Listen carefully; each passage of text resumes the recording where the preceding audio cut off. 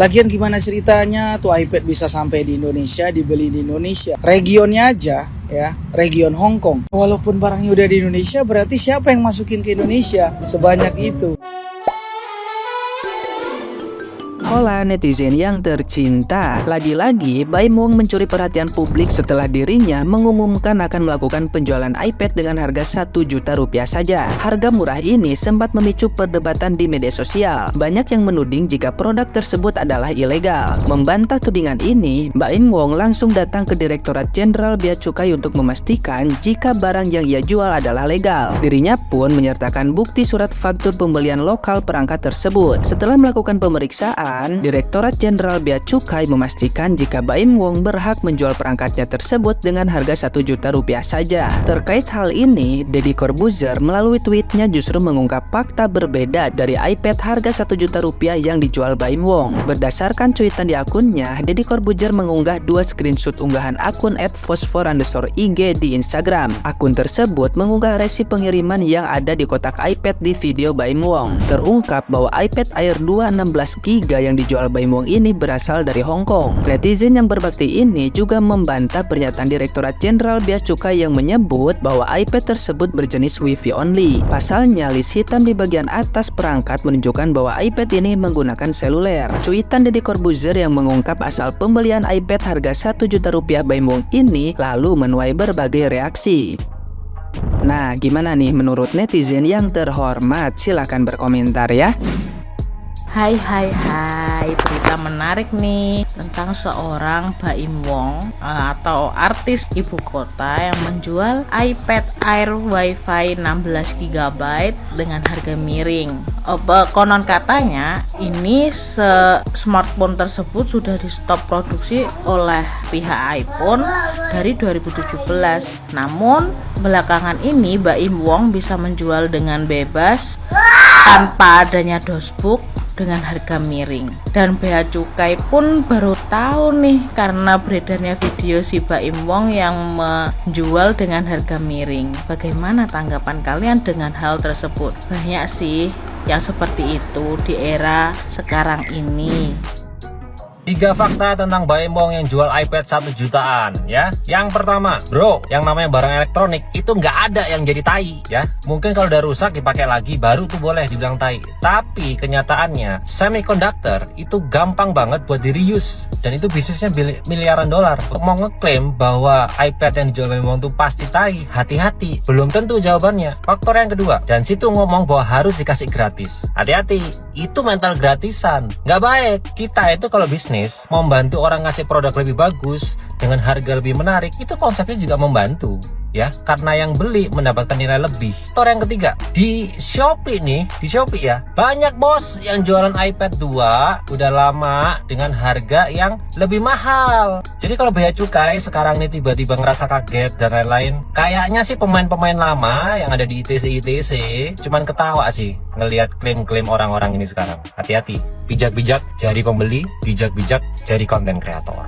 Ya, kasus ini rame kenapa? Karena Baim Wong, bukan karena iPad-nya.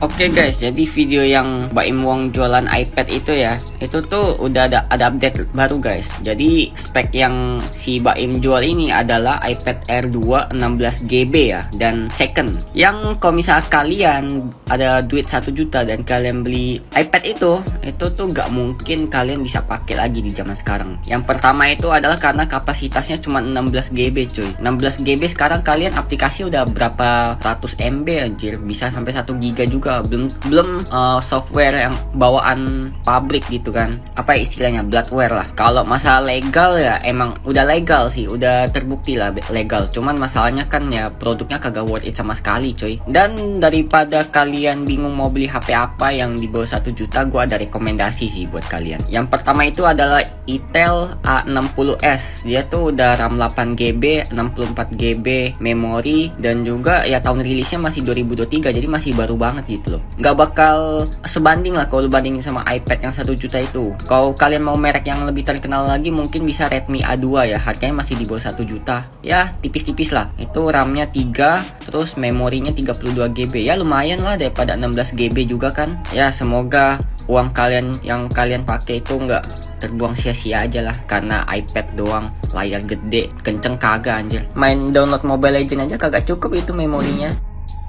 Banyak banget yang nanggapin kalau iPad dari videonya Bang Baim itu gak layak beli, gak layak pakai, dan juga pembodohan. Tapi emangnya separah itu ya? Kalau dilihat-lihat dari bentuknya, itu adalah iPad Air 2 tahun 2014 yang sudah discontinue tentunya. Dan banyak juga yang juga kalau itu adalah barang refurbish. Tapi refurbish itu sebetulnya apa sih? Jadi refurbish itu sederhananya adalah barang second yang direkondisi jadi kayak baru. Bisa diganti fisik luarnya seperti layar ataupun casing, dan juga bisa diganti seperti baterai ataupun komponen yang lainnya. Ori atau tidaknya untuk komponennya, who knows ya. Tapi emangnya gak layak beli ya? Ya intinya gini ya, kalau kamu mau beli, kamu harus terima konsekuensinya. Seperti usia pakai produk bisa tahan berapa lama, kemudian kualitas baterainya bisa kamu pakai berapa jam, dan tentunya spesifikasi yang sudah tergolong kolot untuk di tahun 2024.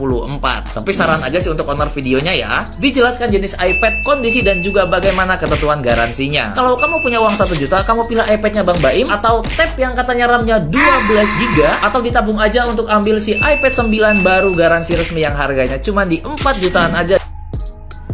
Aduh, jujur gue tuh gak mau speak up soal ini tadinya. Cuma setelah gue liat story ini, gue merasa ini penting untuk dibahas karena orang Indonesia udah pinter-pinter.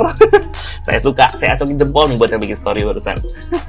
Nah, sekarang gue mau nanya sama Bea Cukai, are you sure? Yakin? Lu yakin? Nggak mau ngecek lagi tuh dokumen-dokumennya semua dari hulu ke hilir buat iPad yang harga sejutaan tadi? Kalau kata gue sih cek ya. Soalnya barusan gue baru bacakan di berita-berita besar tuh yang udah di-post kan. Portamedianya gede-gede, tapi beritanya misleading.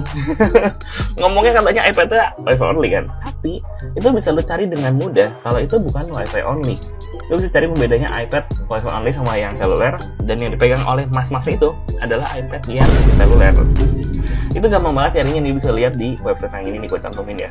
Dan gue jadi penasaran gitu, karena dulu kan gue masukin iPhone service nih ya, ganti unit itu aja sampai nunggu 4 jam, padahal gue udah providing semua dokumen yang penting-pentingnya, dan bahkan buat dokumen pembelian di Indonesia, dokumen service, penggantian unit itu aja masih nunggu 4 jam. Susah banget tuh masuknya tuh, repot. Lah, ini iPad kok bisa?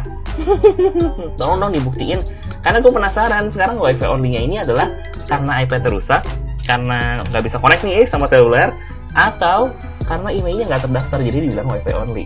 Karena secara spek itu adalah seluler.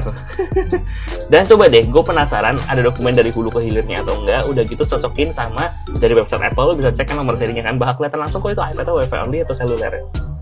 Ditunggu ya. Yang namanya barang elektronik apabila diberangkatkan dari luar negeri ke Indonesia, apabila sudah masuk Indonesia, ada yang namanya tax, ada yang namanya pajak, dan itu diurus oleh orang pihak dari Bea Cukai. Kenapa bisa terjadi? Karena melebihi kuantiti dari penggunaan pribadi. Nah, jadi kalau udah sampai 400-an iPad yang masuk ke Indonesia, otomatis harus ada bukti secara konkret dan nyata, ada pembayaran secara faktur, maksudnya faktur pembayaran secara tertulis, ada pembayaran taxnya, pajaknya, total pajak impor. Nah, itu wajib ada. Kalau nggak ada berarti itu dinamakan penyelundupan. Dengan datang ketemu sama orang Bea Cukai bukan berarti dia benar, bukan berarti dia menjelaskan kalau barang itu secara resmi dibeli dan menggunakan pembayaran yang resmi juga dengan pajak dan segala macam. You know lah what I mean. Lagian gimana ceritanya tuh iPad bisa sampai di Indonesia, dibeli di Indonesia? Regionnya aja ya, region Hong Kong. Walaupun barangnya udah di Indonesia, berarti siapa yang masukin ke Indonesia sebanyak itu? Gak mungkin dong bayar pajak. Yang kaya makin kaya boy. Miskin. Ya.